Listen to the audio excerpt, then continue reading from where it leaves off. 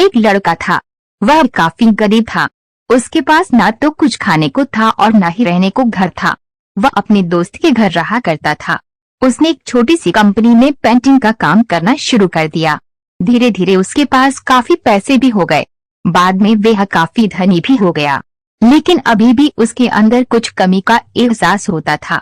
जब वह छोटा था तभी उसके माता पिता इस दुनिया से चले गए थे।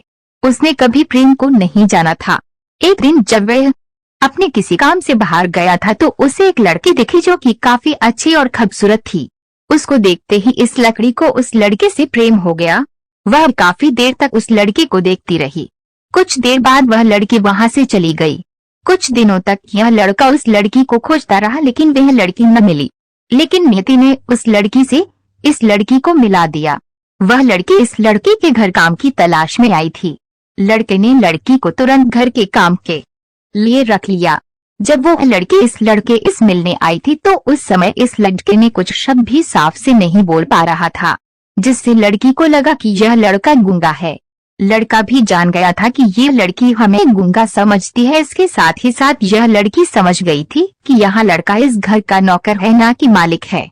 अब जब भी यह लड़का उस लड़की के पास जाता तो गूंगा बन जाता है। धीरे धीरे वह लड़की इस लड़के पर काफी रहम खाने लगी। अब उससे इस लड़के की लाचारी पर प्यार होने लगा, लेकिन फिर वह लड़की एक बात से डर कर पीछे हट जाती थी। इस लड़की के भी माता पिता बचपन में ही मर चुके थे। इस लड़की को इसके चाचा ने पाला था और वह चाहता था कि वह जब तक जिंदा रहे ये लड़की उसके खाने और पीने का पैसा दे। लड़की का प्रेम हद से भी बाहर जाने लगा। लड़के के एक हाथी पर भी वह लड़की दौड़े उस लड़के के पास पहुंच जाती थी। अब लड़का भी समझ गया कि इस लड़की को मुझसे प्रेम हो गया है। लड़का भी बहुत ज्यादा उस लड़की से प्रेम करता था। उसने पहले लड़की के बारे में सब कुछ पता किया। जब उसे सब पता चल गया तो वह बहुत रोने लगा, क्योंकि उसने गूंगे होने का झूठ बोला था। अब वह दिनों रात रोने लगा। लड़की अपनी सैलरी में से लड़के के इलाज करवाने को कहती थी।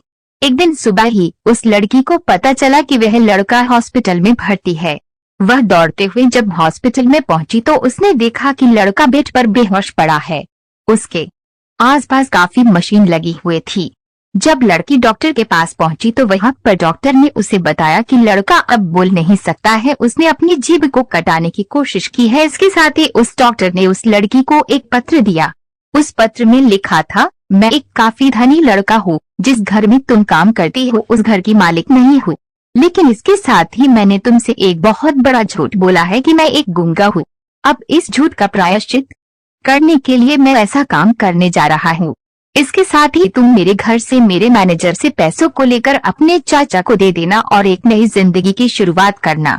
अगर हो सके तो मुझे माफ कर देना, तुम्हारा दोषी। इस पत्र को पढ़ने के बाद उस लड़की के आंख आंसू से भर आए। वह दौड़ते हुए मंदिर में गई। उसने भगवान के सामने कसम खाया कि जब तक वह लड़का बोलने नहीं लगता है तब तक वह कुछ नहीं खाएगी, भले ही वो मर क्यों न जाए। इधर डॉक्टर भी उस लड़के के इलाज कर रहे थे। ईश्वर ने दोनों के मन की बात काबूल कर लिए और अब लड़का बोलने लगा, लेकिन वो अपनी याददाश्त को खो गया। अब उसे कुछ भी नहीं याद था। अब इसके बाद लड़की ने उसके याददाश्त के लिए काफी कुछ किया, लेकिन याददाश्त ना आ सका। अगर प्रेम की नींव को छोड़ पर रखा जाए तो वह गिर ही